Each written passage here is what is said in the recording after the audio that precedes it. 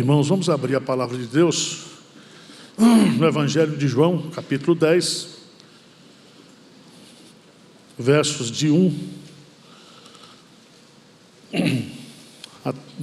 22 a 30, por favor. Evangelho segundo São João, capítulo 10, de 22 a 30.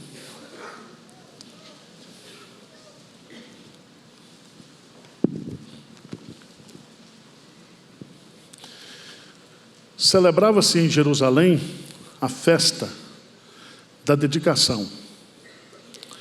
Era inverno. Jesus passeava no templo, no pórtico de Salomão. Rodearam-no, pois, os judeus e o interpelaram. Até quando nos deixarás a mente em suspenso? Se tu és o Cristo, dize-o francamente. Respondeu-lhe Jesus: já vos disse, e não credes.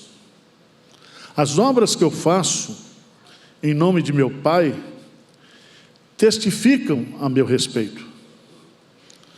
Mas vós não credes, porque não sois das minhas ovelhas. As minhas ovelhas ouvem a minha voz, eu as conheço e elas me seguem. Eu lhes dou a vida eterna, jamais perecerão, e ninguém as arrebatará da minha mão. Aquilo que meu Pai me deu é maior do que tudo, e da mão do Pai ninguém pode arrebatar. Eu e o Pai somos um. Amém?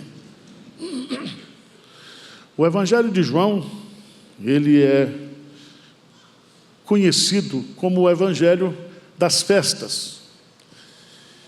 E Jesus, como um bom judeu, ele gostava de festa e participava das festas.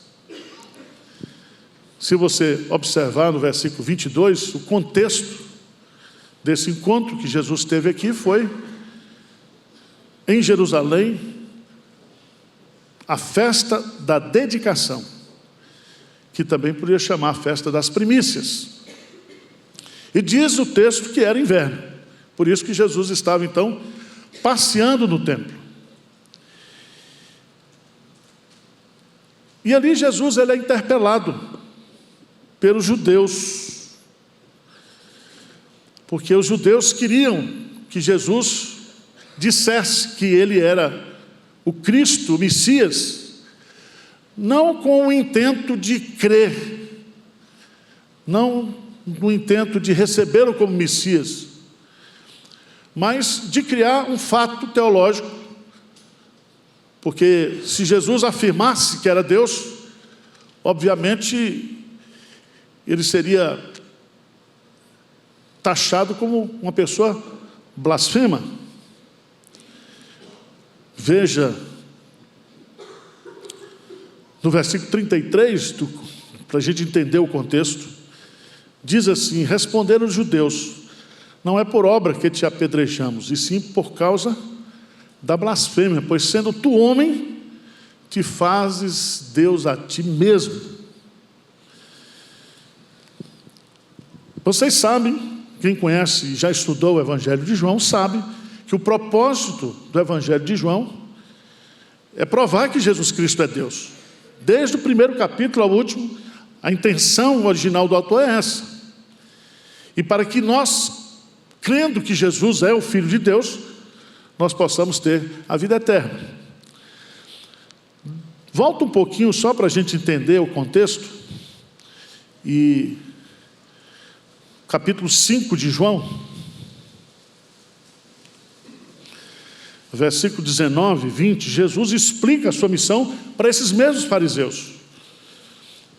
Então lhes falou Jesus: em verdade vos digo, que o Filho nada pode fazer de si mesmo, senão somente aquilo que vir fazer o Pai.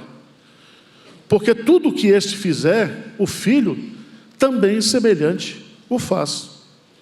Porque o Pai ama o Filho e lhes mostra tudo o que faz, e maiores obras do que essas lhe mostrará, para que vos maravilheis. Veja que lá em João capítulo 10,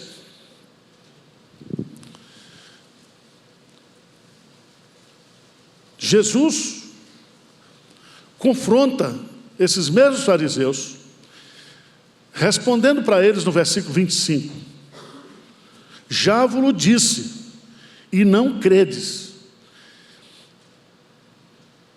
As obras que eu faço em nome de meu Pai testificam que a meu respeito. Então eles não criam naquilo que Jesus dizia, eles não criam que aquilo que Jesus Cristo realizava era pelo poder da sua divindade. E aqui que entra, Jesus vai nos mostrar aqui por que as pessoas creem ou deixam de crer nele. Qual é o segredo da incredulidade e qual é o segredo da fé? Ele resume isso no versículo 26, e eu queria que você lesse comigo. O que diz aí? Mas vós não credes, porque não sois das minhas ovelhas. Presta atenção, Jesus está ensinando aqui, claramente, a doutrina da eleição. Vocês não creem, porque vocês não são. Presta atenção, eu queria que você fosse para Atos dos Apóstolos, capítulo 13. Atos dos Apóstolos, capítulo 13, versículo 48. Atos 13, capítulo 48. A lógica de Jesus, no seu ensino doutrinário, se reflete na missão da igreja. Vamos ler bem forte, Atos 13, 48, o que é que diz? Os gentios, ouvindo isto, regozijavam-se e glorificavam a palavra do Senhor, e creram todos os que haviam sido destinados para a vida eterna. Preste atenção que o crer é consequência. Eles creram porque foram o quê? Destinados, eleitos. Esses fariseus não criam naquilo que Jesus dizia, não criam naquilo que Jesus realizava. E ele abre para nós aqui, descortina para nós, a beleza da doutrina da salvação e os seus fundamentos. Porque ao mesmo tempo que ele diz, vós não credes, porque não sois das minhas ovelhas, ele vai agora acrescentar algumas características das verdadeiras ovelhas, daquelas que vão acreditar nele, que creem nele. Isso vai servir para você nessa manhã, saber se você é bode ou ovelha. Se você é joio ou se você é trigo. Porque joio não se transforma em trigo, nem trigo em joio, são DNAs diferentes. Você pode ser uma ovelha de Cristo que esteve perdida, mas você foi achado. Você estava desgarrado no mundo perdido, mas Cristo o conduziu. Ele foi atrás de você e o trouxe para o seu aprisco. Amém? É muito importante, ao participarmos da ceia, e uma das funções da Santa Ceia é identificar a verdadeira igreja. Aqui nós temos algumas características das ovelhas de Cristo. Versículo 27, ele vai usar o pronome possessivo. Ele diz, as minhas o quê? Ovelhas. Elas o quê? Ouvem a minha voz.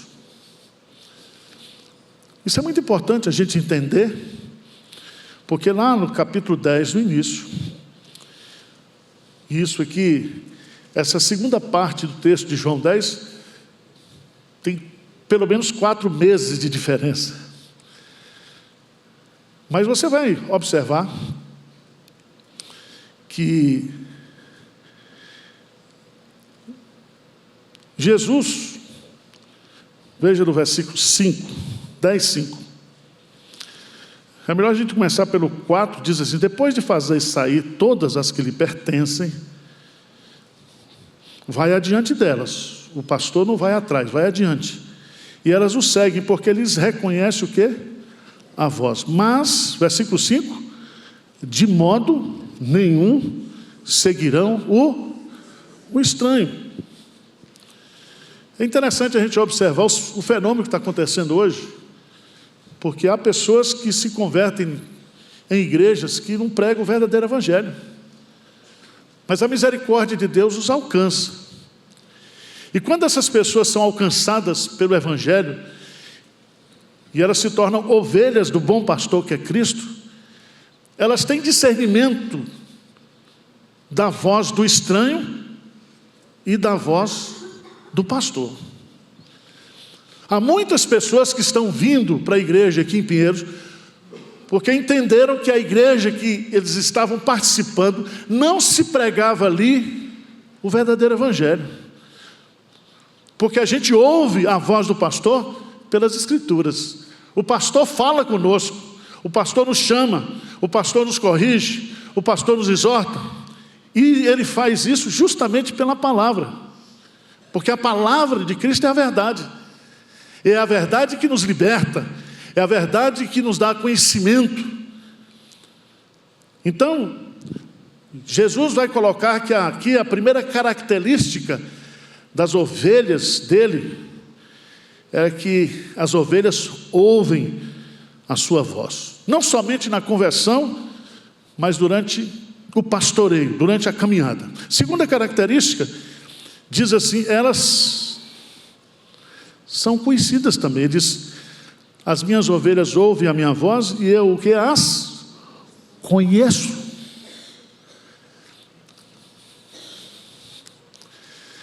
Esse verbo conhecer aqui, irmãos, não é um conhecimento acerca de, não é um conhecimento nem descritivo, nem narrativo.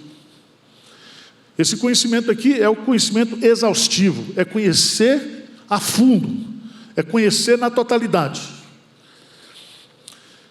Se você observar, no capítulo 10, voltando um pouquinho aí, diz que ele conhece as ovelhas, chamando-as pelo seu nome. Mas não é somente o nome, ele conhece a sua vida, ele conhece os seus problemas, ele conhece as suas lutas, as suas necessidades, as suas alegrias, as suas tristezas. Ele conhece o que se passa comigo, dentro de mim, ao redor de mim. Ele conhece o meu passado, o meu futuro, ele sabe tudo. Então é um conhecimento total, pleno, exaustivo. E se você observar, na relação da Trindade, eu conheço o Pai me conhece, mas ninguém conhece o Pai senão o Filho, e aquele a quem o Filho quiser revelar. O nosso conhecimento de Deus, de Jesus Cristo, é um conhecimento que se dá através da revelação, mas ele é limitado. Paulo diz que um dia nós o conheceremos como somos o quê? Conhecidos. Nós veremos Deus, Cristo face a face, e seremos semelhantes a Ele. Mas nessa jornada, nesse processo de pastoreio aqui, Ele nos conhece. Terceira característica da ovelha, observe no texto, as minhas ovelhas ouvem a minha voz, eu as conheço. Terceiro, e elas me seguem. Isso é muito bom, porque na igreja de Deus não existe celebridade que não seja Jesus. Se você está aqui na igreja de Pinheiros, você está aqui por causa de Jesus. Você é ovelha de Jesus. Você está aqui para ouvir a voz de Jesus e para seguir a Jesus. Amém? Isso é muito importante a gente entender, irmãos, porque nesse mundo hoje de celebridades, as pessoas estão seguindo pessoas, estão seguindo ideias, ideologias, mas na relação com Cristo, essa relação de ovelha e pastor, é uma relação exclusiva, é uma relação fechada.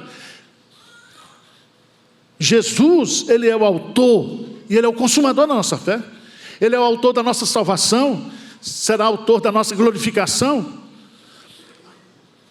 Tudo que nós precisamos como ovelhas para viver, vem da provisão do pastor. O Senhor é o meu pastor e nada me faltará.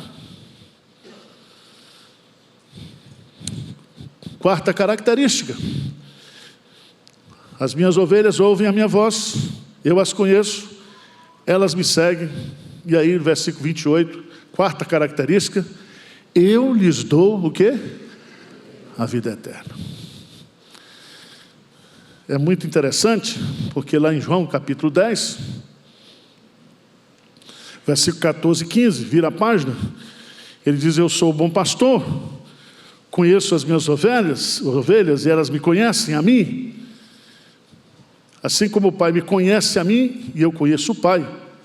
E diz assim: e dou a minha vida pelas ovelhas. Nós vamos participar da ceia. E quando você olhar para a celebração da ceia, você se lembra da cruz. E você pode ter certeza que quando Jesus subiu naquela cruz, Ele tinha o meu nome e o seu nome na sua mente e no seu coração. Ele sabia por quem estava morrendo. Ele não morreu para possibilitar a minha salvação. Ele morreu para concretizar. Está tudo o que? Consumado. Ele morreu por mim. Ele morreu por você. Ele morreu a nossa morte para dar-nos a sua vida. É um presente. É graça. Ele nos dá a vida eterna. Mas, em quinto lugar, Ele nos dá a segurança eterna. Ele diz: jamais o quê? Perecerão. O que é jamais? É jamais, né? É nunca. É de forma nenhuma. Então, toda ovelha que foi comprada pelo sangue do Cordeiro, pelo sangue do bom pastor, jamais perecerá. E é tão interessante você entender isso, porque o perecer aqui, se você pega João 3,15 ou João 3,16, o que diz lá? Porque Deus amou o mundo de tal que deu o seu Filho unigênito para que todo não, mas tem o quê? Não perecer aqui seria ir para o inferno, ir para a segunda morte, ir para a destruição eterna. Então Ele está aqui nos dando essa garantia. Essa garantia. A obra de Cristo, irmãos, alcança a totalidade dos pecados da minha existência. Não somente os pecados que estão ligados à minha natureza pecaminosa, à minha índole pecaminosa, mas todos os atos pecaminosos da minha vida, do dia que eu nasci até que eu morri. Por isso, Ele diz assim: jamais perecerão. Sexto lugar, Ele diz: e ninguém as arrebatará da minha mão. Por quê? Porque nós somos presentes de Deus para Jesus. Ele diz: aquilo que meu Pai me deu é maior do que tudo. Pensa numa coisa assim, para a gente entender, a gente tem que a Bíblia explica a Bíblia. João 17. João 17.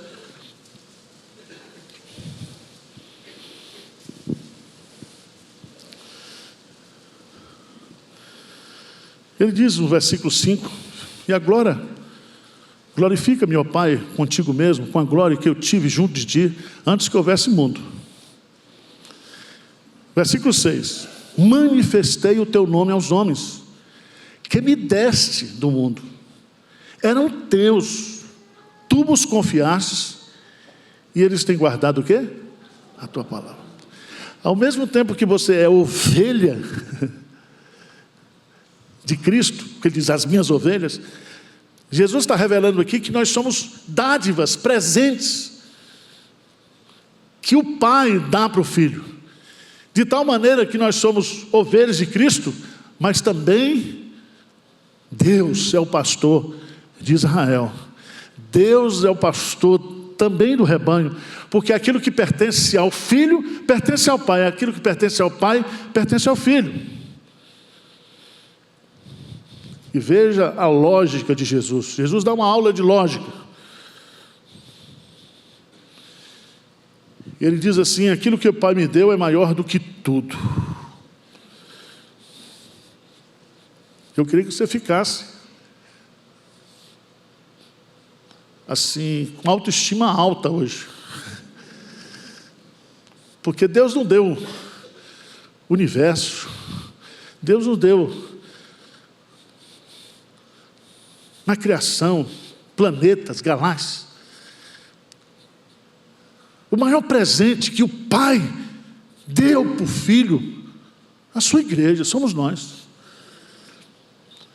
Aos olhos de Deus, aos olhos de Cristo, nós somos maior do que tudo.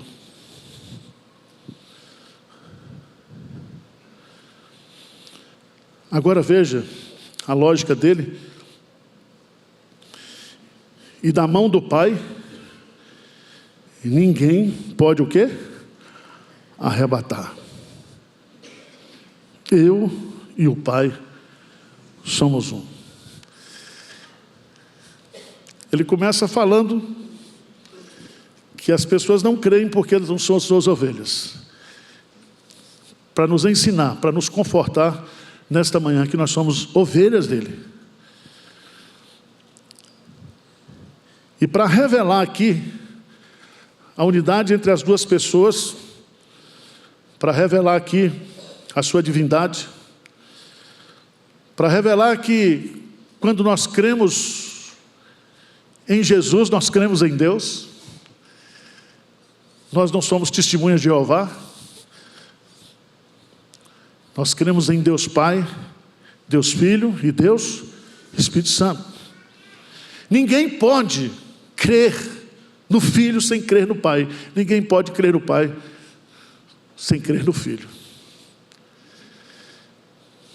Há muita gente com tradição religiosa que fala de Deus, crê em Deus, professa sua fé em Deus, mas não há salvação em nenhum outro nome dado entre os homens que não seja Jesus.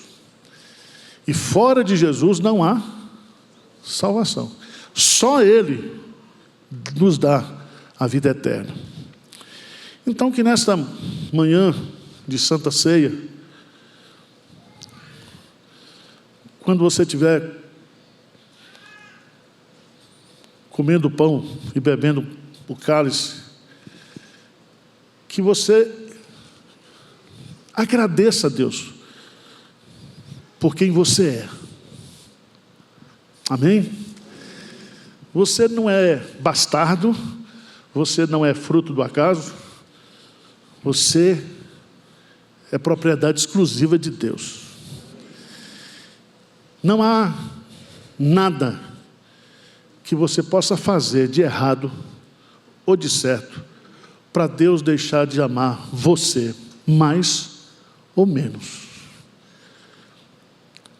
Porque o amor de Deus E aí eu queria que você fosse para Romanos, capítulo 5.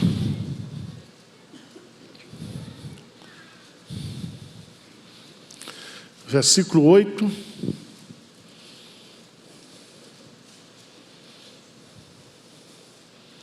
Em diante. Romanos 5, de 8 a 11.